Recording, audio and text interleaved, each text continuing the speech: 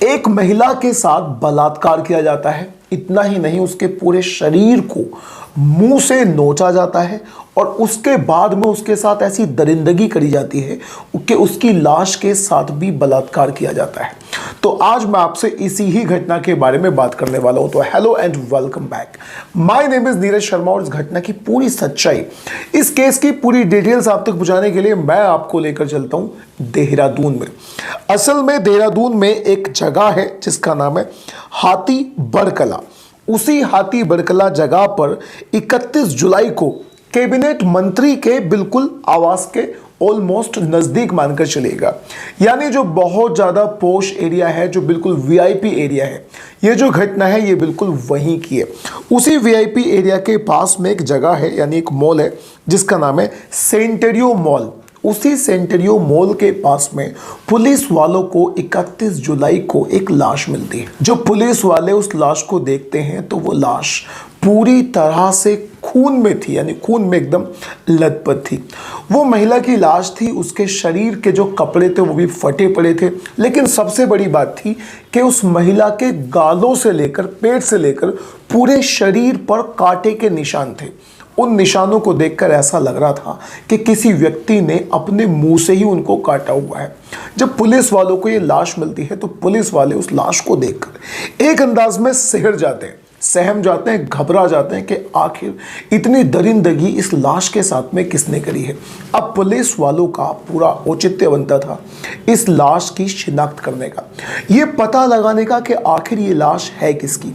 जब पुलिस वाले उस जगह को देखते हैं तो पुलिस वालों ने देखा कि लाश एक जगह से घसीटती हुई आ रही है, यानी खून के निशान एक जगह पर बने हुए हैं। अब पुलिस वाले उस लाश की पूरे अंदाज में शिनाख्त करना चाहते थे कि आखिर ये लाश आई कहां से है। अब पुलिस वाले इसी चक्कर में पूरे आजू बाजू के एरिया के सीसीटीवी कैमरास को खंगाल डालते हैं। तो सीसीटीवी कैमरास में उन्हें एक शख्स नजर आता है जो लाश को थोड़ी सी दूर से घसीट के लेके आ रहा था। अब पुलिस वाले सीधे सीधे उस शख्स के पास पहुंच जाते हैं, उसको अरेस्ट कर लेते हैं। तो उसका नाम था राजेश एक सफाई कर्मचारी था। अब राजेश से पुलिस वाले सख्ती से बातचीत करना शुरू कर देते हैं। असल में शुरुआत में तो राजेश बिल्कुल आनाकानी करता है, उनका पागल बनाने की पूरी कोशिश करता है। उसने यहाँ तक कि ये भी बोला कि मैंने ऐसा कुछ भी नहीं करा। फिर धीरे धीरे बातों में बोलता है कि मैंने लाश को वहाँ पड़े देखा था और मैं उसे घसीट के यहाँ लेके आ गया ताकि सड़क के पास से उसे कोई ले आकर यानी उसका कोई ट्रीटमेंट करवा दे। इस अंदाज की उसने शुरुआत में बातें बनाई। लेकिन फिर पुलिस वाले उसे अपना सख्त रूप दिखाते हैं, उसे दिखाते हैं अपना पुलिसी अंदाज, जिसके बाद में वो पूरी तरह से टूट जाता है। और फिर पुलिस वालों को जो बताता है, पुलिस वालों ने उसे सुनने के बाद बिल्कुल ये मान के चलेगा कि पुलिस वाले भी सहम जाते हैं। वो इस बात पर यकीन नहीं हो रहा था कि कोई इंसान किसी के साथ में आखिर ऐसा कैसे कर सकता है। तो वो पुलिस वालों को बताता है कि 30 जुलाई की रात को रेलवे स्टेशन के पास में वो शराब पी रहा था, नशे में धुत था, एक के बाद एक वो पैग लगा रहा था और उसको काफ़ी नशा हो चुका था। फिर उसकी नज़र एक औरत पर पड़ती है, यानी उससे थोड़ा सा दूर को बैठकर एक औरत वहाँ पर होती है, वो भी शराब पी रही थी।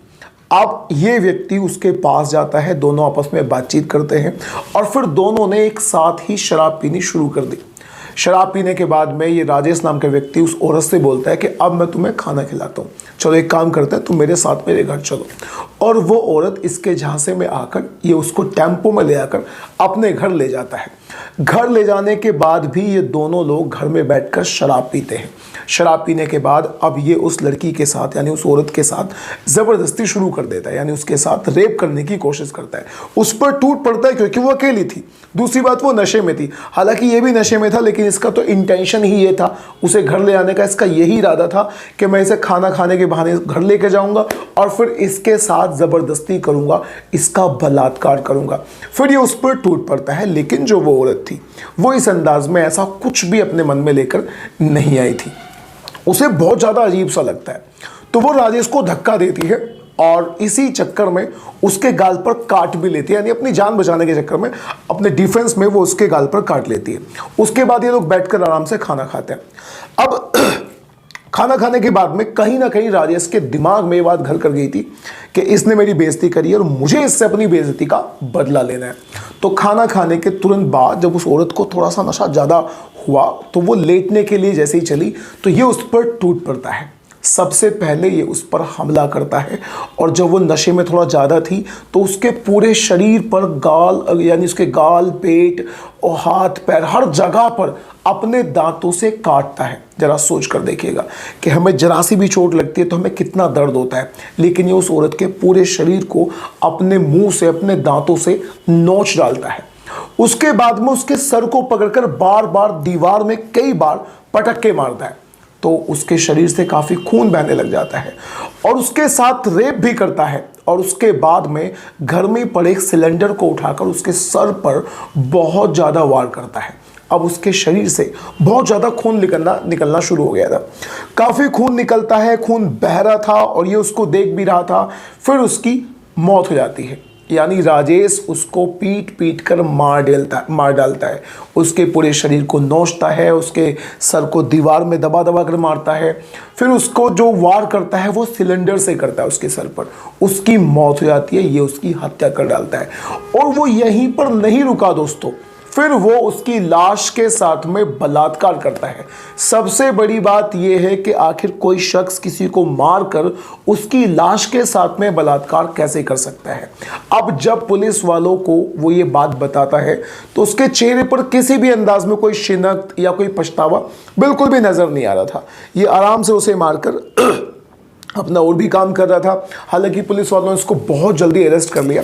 ये जो औरत है ये बिजनौर की रहने वाली है, अब से 12 साल पहले देहरादून में आई थी। इसका हस्बैंड इसको कभी कभी छोड़ देता है, कभी इसको अपने पास बुला लेता है और ये पिछले 12 साल पहले यहाँ पर आई थी। 7 साल का इसको एक बेटा भी है। और ये पुलिस वालों ने यह भी बताया कि जो वो औरत थी उसे शराब पीने की आदत थी, अक्सर वो शराब पी लिया करती थी और कई बार अपने घर पर भी नहीं जाया करती थी। वो सारी बातें इस बात को जस्टिफाई नहीं करती कि ऐसी औरत के साथ आप बलात्कार करो, उसे एक दर्दनाक मौत दो। खैर चलिए, जो भी कुछ आप क्या कहना चाहते हैं इस केस के बारे में, क्या राजेश को ऐसा करना चाहिए था, क्या उस औरत को राजेश के साथ में शराब पीनी चाहिए थी? जो कुछ भी आप कहना चाहते हैं अपनी राय जरूर बताइएगा कमेंट बॉक्स में। और अब मिलेंगे किसी दूसरी वीडियो में। और हाँ, अगर आपको crime documentaries, crime web series और क्राइम स्टोरीज को सुनना अच्छा लगता है तो do subscribe to this channel.